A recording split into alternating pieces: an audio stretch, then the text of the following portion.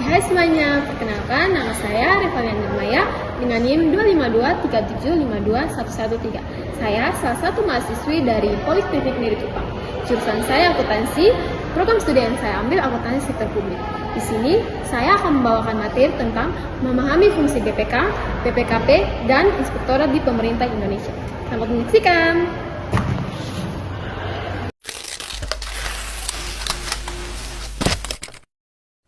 Nah, di sini yang pertama ada Badan Pemeriksaan Keuangan atau BPK. Badan Pemeriksaan Keuangan adalah lembaga negara yang berkedudukan setara dengan lembaga negara lain dan berada di luar struktur pemerintahan. Lembaga ini diatur dalam Undang-Undang Dasar 1945 Pasal 23E serta diatur lebih lanjut dalam Undang-Undang Nomor 15 Tahun 2004 tentang pemeriksaan, pengelolaan, dan tanggung jawab keuangan negara dan Undang-Undang Nomor 17 Tahun 2003 tentang keuangan negara. Selanjutnya ada tugas dan wewenang BPK. Tugas utama BPK adalah memeriksa pengelolaan dan tanggung jawab keuangan negara.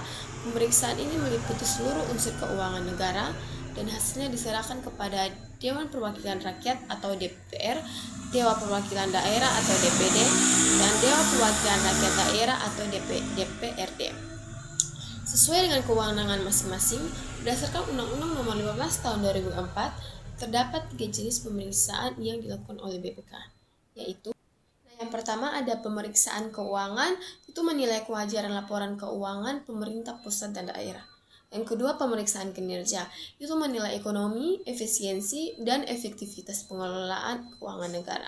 Dan yang ketiga pemeriksaan tujuan tertentu, itu pemeriksaan khusus atau termasuk investigasi atas hal lain terkait keuangan negara. Setelah itu ada keanggotaan, visi misi, dan nilai dasar BPK. Nah, ada keanggotaan.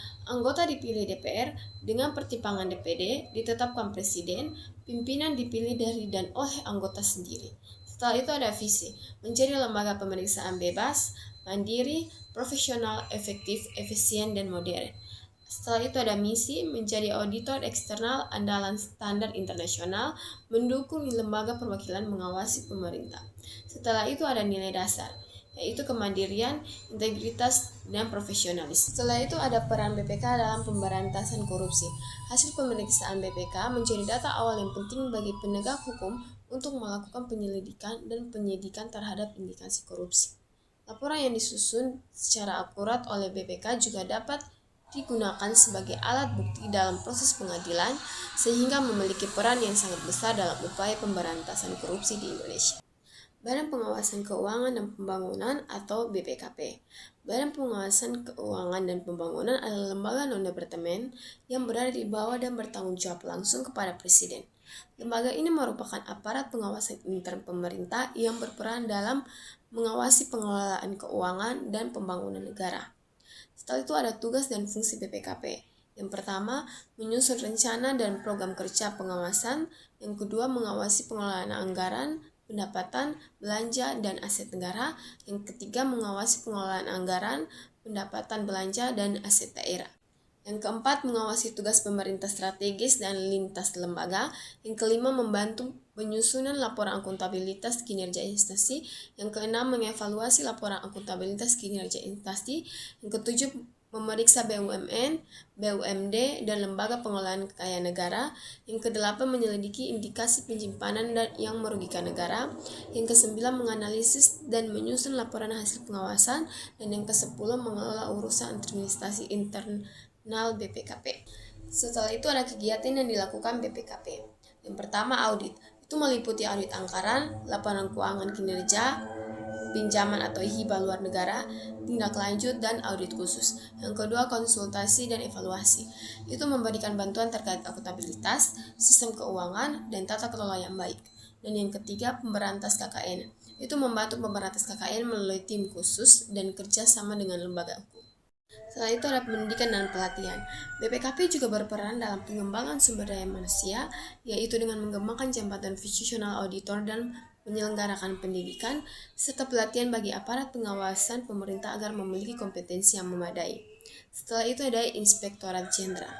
Inspektorat Jenderal merupakan unsur pembantu yang ada di setiap departemen atau kementerian Indonesia. Lembaga ini berada di bawah dan bertanggung jawab langsung kepada menteri yang memimpin departemen atau kementerian tersebut. Ada tugas dan fungsi Inspektorat Jenderal. Tugasnya mengawasi pelaksanaan tugas di lingkungan kementerian agar sesuai rencana dan peraturan. Fungsinya yang pertama merumuskan kebijakan pengawasan, yang kedua melaksanakan pengawasan kinerja, keuangan dan tujuan tertentu, yang ketiga berperan serta memberantas korupsi dan kejahatan negara, yang keempat menyusun laporan hasil pengawasan, dan yang kelima mengelola administrasi dan dukungan teknis. Itu ada susunan organisasi, itu terdiri dari Sekretariat Ijen atau Inspektorat Jenderal, Inspektur Kepegawaian, Inspektur Keuangan, Inspektur Perlengkapan, dan bagian lain sesuai kebutuhan kementerian. Setelah itu hubungan dan perbedaan peran antara ketiga lembaga. Yang pertama, BPK itu pengawasan eksternal terpisah dari struktur pemerintahan, berwenang memeriksa seluruh kewenangan negara. Setelah ada BPKP dan Inspektorat Jenderal, itu mengawasi intern berada dalam struktur pemerintahan, membantu mengawasi jalannya pemerintahan keuangan dan pembangunan. Ketiganya saling melengkapi dengan cakupan yang sifatnya berbeda-beda. Yang dapat saya ambil, BPK adalah lembaga negara independen sebagai pengawasan eksternal yang memeriksa pengelolaan keuangan negara, sedangkan BPKP dan Inspektorat merupakan pengawasan internal. BPKP mengawasi lingkungan pemerintah secara luas di bawah Presiden, dan Inspektorat mengawasi lingkungan kementerian masing-masing di bawah Menteri. Ketiganya memiliki peran berbeda namun saling melengkapi dan bersinergi demi mewujudkan pemerintahan yang akuntabel, transparan, serta bebas dari penyalahgunaan keuangan korupsi. Sekian paparan materi yang saya bawakan. Semua teman-teman semua dapat memahami materi yang sudah saya bawakan. Terima kasih.